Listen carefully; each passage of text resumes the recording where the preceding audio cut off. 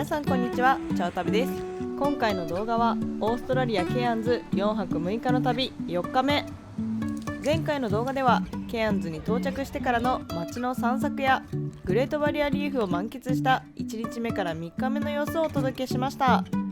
4日目の今日は動物、オーストラリアの動物と触れ合う癒しの旅に出発。オーストラリアの動物といえばコアラ、カンガルー、エミュー、ウォンバットなどあまり動物に詳しくなくてもいくつか頭に浮かびます。それもそのはず、オーストラリア大陸に分布する哺乳類の 83%、 爬虫類の 89%、 魚類の 90%、 昆虫類の 90%、 両生類の 93% はオーストラリアの固有種であると言われています。すごい割合です。オーストラリアで出会える野生の動物のほとんどが固有種ということになりますね。今日の予定は午前中にコアラと写真を撮る。野生の動物たちと会うのは難しいので、午後からはハートリーズクロコダイルアドベンチャーに行きます。どんな動物に会えるのでしょうか。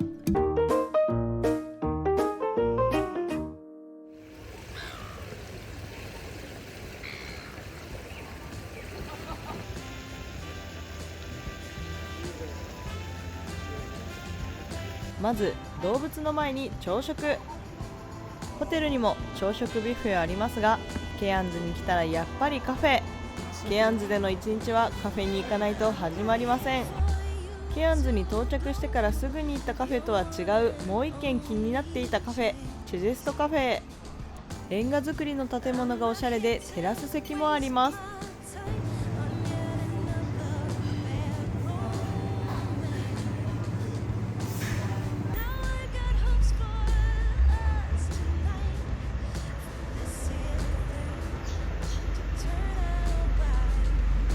お店の名前にもあるようにチーズケーキが有名なのかなと思ってチーズケーキとアップルタルトを注文しました。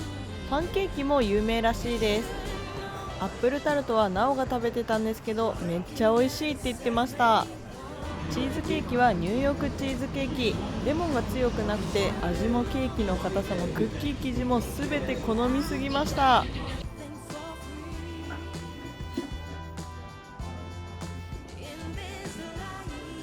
レンガ造りのテラス席も気持ちよくて素敵な一日のスタートです。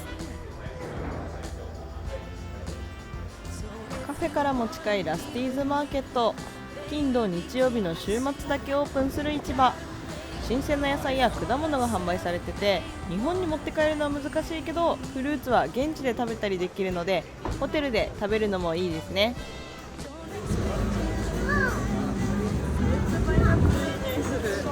食べたいな。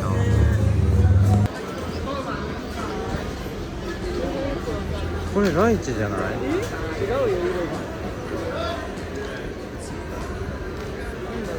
よ、ラミです。ちゃうな。ドラゴンフルーツすごいよ。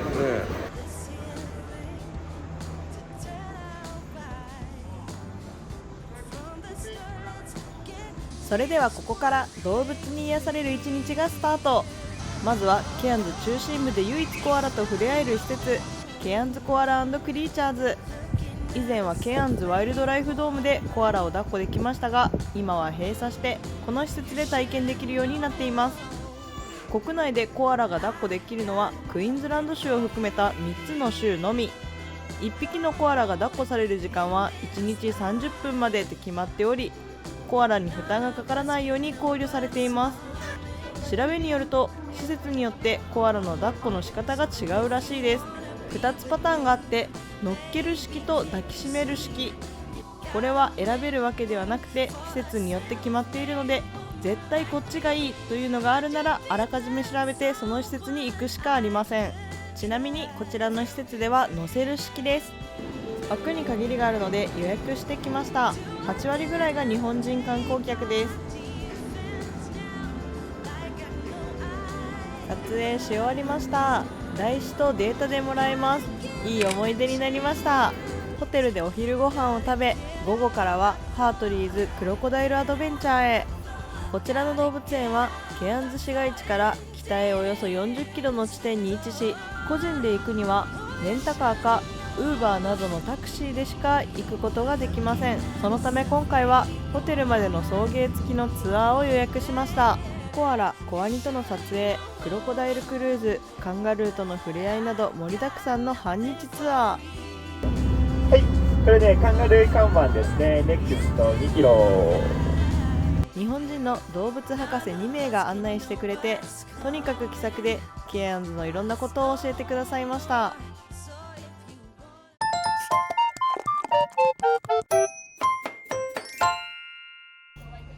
アートリースクロコダイルアドベンチャーに到着。入園料はツアー代に含まれているため、スタッフの方についていき入園します。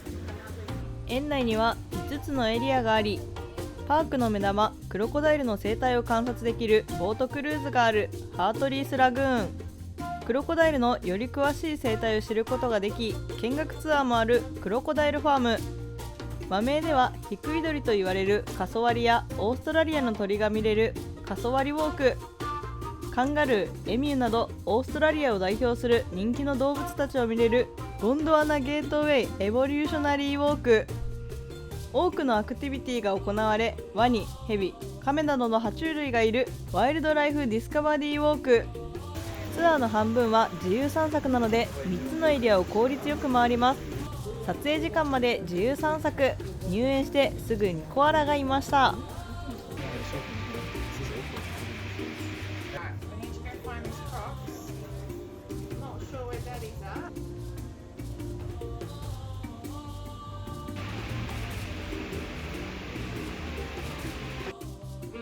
Yeah, but if I put him down, he's going to climb up the nearest thing. So he'll climb my leg on top of the glass.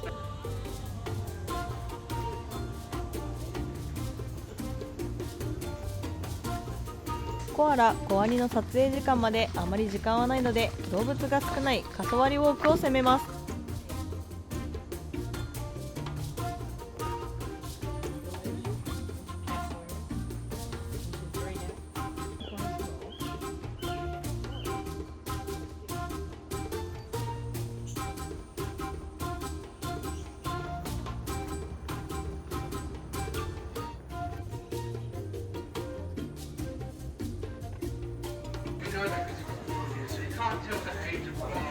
はい、チーズ。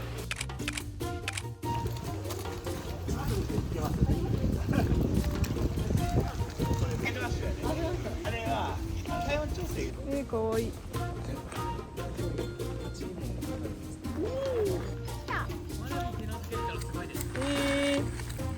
おいで。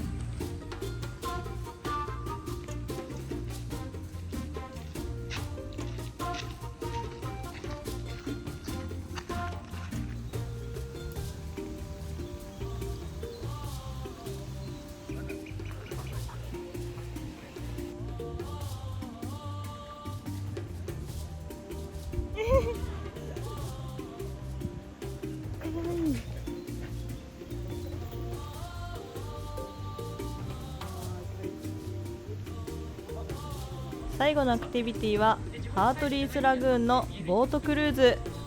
本物の船に乗り、本物のワニが住むラグーンを船長さんのジョークを交えながら進みます。Strung it up. Gone. We have Eileen because she's missing an arm, so. And yeah, we don't feed him on the boat because his head could come through the window and into your laps. To the left of it, we did not put that there, so she can hang out in the water while she guards that nest. There she is. Awesome.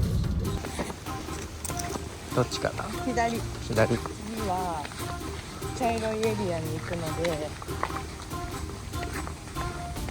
エミューとかの方に行きます。なので右側、ちょっとウォンバット起きてるから行く？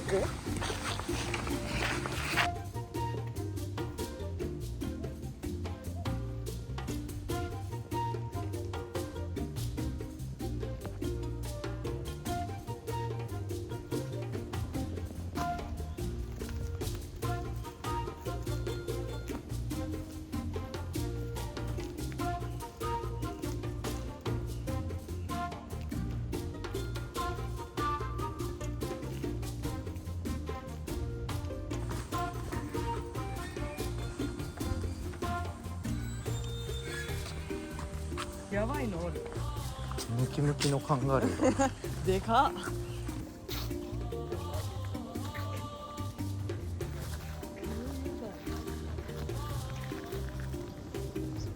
キックされたりせえへん。かわいいね。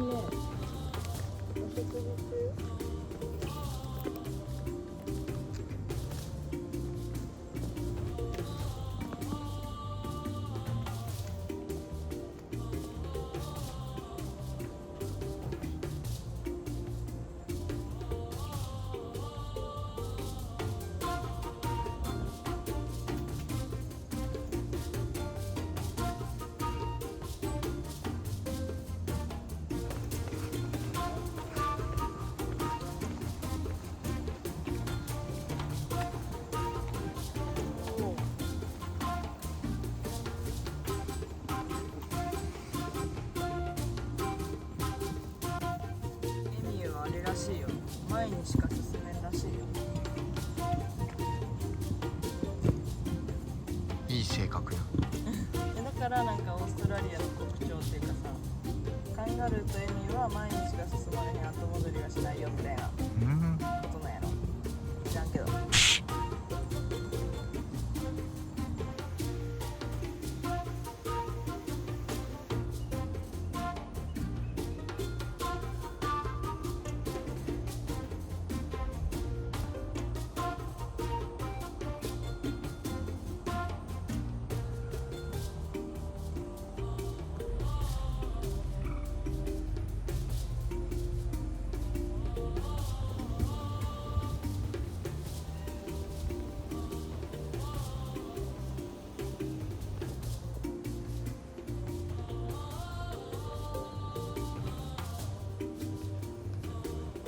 It's actually the wombat. She might jump or just fall over the other one.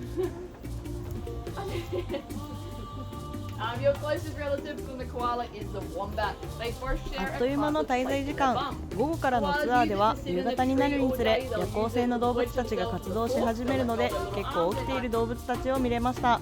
個人で来る場合でもクルーズ体験や今回参加できなかった他のアクティビティに参加できるので動物好きの方にはおすすめです。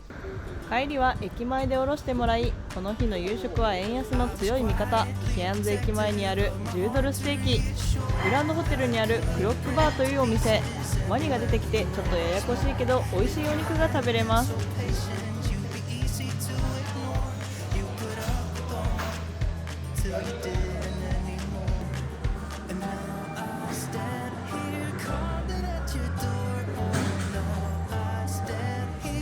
焼き加減はもちろんソースも選べて動物博士におすすめを教えてもらいました。